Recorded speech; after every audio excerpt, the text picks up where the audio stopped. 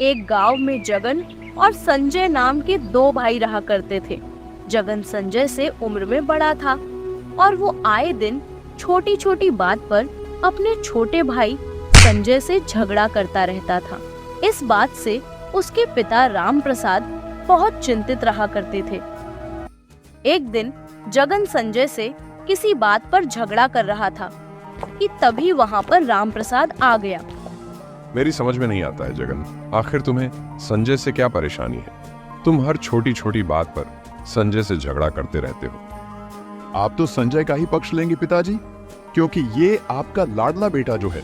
ऐसी बात नहीं है बेटा, जितना प्रेम मैं संजय से करता हूँ उतना ही प्रेम मैं तुमसे भी करता हूँ। मेरी समझ में ये नहीं आता है कि आखिर तुम्हारे दिमाग में इतनी नफरत भर कौन रहा है। झूठ मत बोलिए पिताजी, सच तो ये है कि आप संजय को हमेशा से मुझसे ज्यादा प्रेम करते हैं। आप हमेशा संजय का ही पक्ष लेते हो।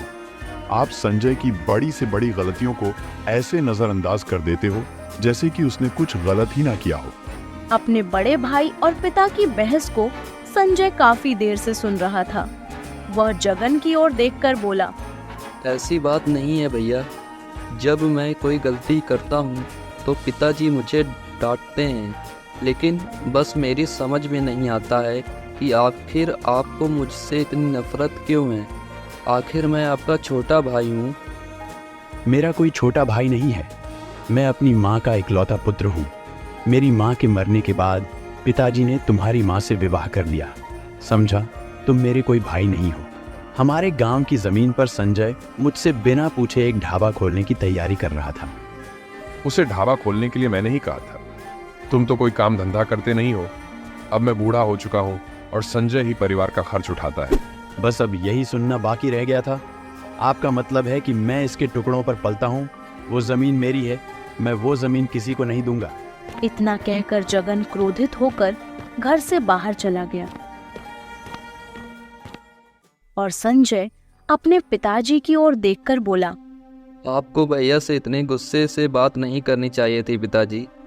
आपने उनसे ऐसा क्यों कहा कि घर का खर्चा मैं ही उठाता हूँ? उनको कितना बुरा लगा होगा, पता नहीं वो कहाँ गए होंगे। तुम सच में बहुत भोले हो संजय। तुम्हारा बड़ा भाई तुमसे रोज झगड़ा करता रहता है और फिर भी तुम्हारे मन में उसके लिए इतना आदर और सम्मान है। वो मेरे बड़े भैया है पिताजी, उन्हें मुझसे झगड़ने का पूरा अधिकार है।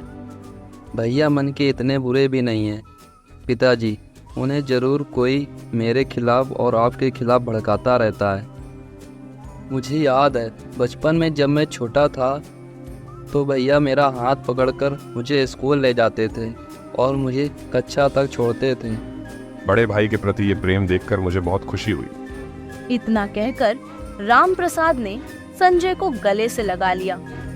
उधर जगन क्रोधित होकर सीधा गांव के एक व्यक्ति हीरालाल के पास पहुंचा, जो एक नंबर का कपटी व्यक्ति था, जो अंदर ही अंदर राम प्रसाद से बहुत जलता था। वो काफी वर्षों से जगन के कान भर रहा था। क्या हुआ जगन? लगता है अपने छोटे भाई से फिर झगड़ा करके आए हो। अब तो हद पार हो गई है हीरा चाचा। आज तो मेरे पिताजी ने ये तक बोल दिया कि परिवार का खर्चा केवल संजय ही उठाता है, जैसे कि मैं कुछ करता ही नहीं। अरे तुम्हारे पिताजी ने तुम्हें साफ साफ बोल दिया कि तुम संजय के टुकड़ों पर पल रहे हो। तुम उन दोनों के लिए बोझ हो। मैं अब इस गांव में नहीं रहूंगा हीरा चाचा। मैं अपने परिवार को छोड़कर हमेशा के लिए चला जाऊंगा। ऐसी गलती भूल कर भी मत करना जगन, वरना वो सारी संपत्ति का मालिक संजय बन जाएगा और तुम हाथ मलते रह जाओगे। मेरे पास एक उपाय है। कैसा उपाय हीरा चाचा? मेरा एक मित्र है जो वकील है। वो मेरे कहने पर सारी वसीयत तुम्हारे नाम करवा सकता है और इस बात का पता राम प्रसाद को कभी नहीं चल पाएगा। जब राम प्रसाद इस दुनिया से चला जाएगा तो सारी संपत्ति के मालिक तुम हो जाओगे। उसके बाद तुम संजय को धक्के मारकर बाहर निकाल देना। इस राज को तुम्हारे, मेरे और वकील के अलावा कभी किसी और पता नहीं चल पाएगा। अगर तुम कहो तो मैं उस वकील से कहकर तुम्हारे वसीयत के पेपर बनवा देता हूँ। तभी वहां पर हीरालाल की बेटी उर्मिला आकर बोली, पिताजी आपको माँ बुला रही है। हीरालाल उर्मिला की बात सुनकर वहां से चला गया। उर्मिला और जगन एक दूसरे से प्रेम करते थे। मैंने तुम्हारे और पिताजी के बीच की सारी बातें सुन ली हैं। तुम एक काम करो, कल पिताजी के साथ उस वकील के घर पर चले जाओ और वसीयत अपने नाम करवा लो। जब तक तुम ऐसा नहीं करोगे, पिताजी मेरा विवाह तुमसे नहीं करेंगे। मैं कुछ समझा नहीं उर्मिला, तुम क्या कहना चाहती हो? तुम ही बताओ ना जगन, कोई पिता उस लड़के से अपनी बेटी का विवाह क्यों करेगा जिसके हाथ में कुछ भी ना हो? और फिलहाल तो तुम्हारे हाथ में अभी कुछ भी नहीं है। जो कुछ भी है तुम्हारे छोटे भाई संजय का है। उर्मिला की बात सुनकर जगन को क्रोध आ गया और अगले दिन वह हीरालाल के साथ वकील के घर चला गया।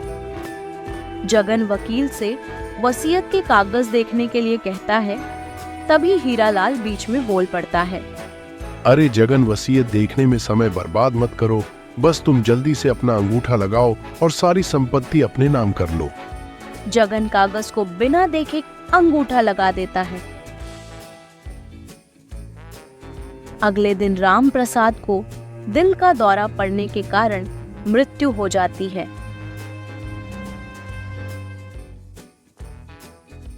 दो दिन बाद हीरालाल वकील के साथ राम प्रसाद के घर आता है।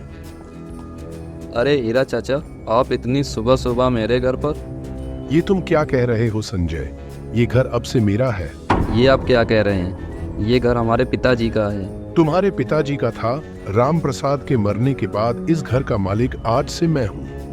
तभी वहाँ जगन आ जाता है। संजय जगन को सारी बात बताता है। लेकिन वो वसीयत तो मेरे नाम पर हुई थी। उस वसीयत में तुम्हारा नहीं, मेरा नाम लिखा था। तुम्हारे पिता ने पहले ही सारी संपत्ति तुम्हारे नाम कर दी थी और वकील ये बात जानता था और तुमने अंगूठा लगाकर सारी संपत्ति मेरे नाम कर दी। इसलिए इस घर का मालिक आज से मैं हूँ। चलो अब निकलो मेरे घर से। दोनों भाई घर से चले जाते हैं।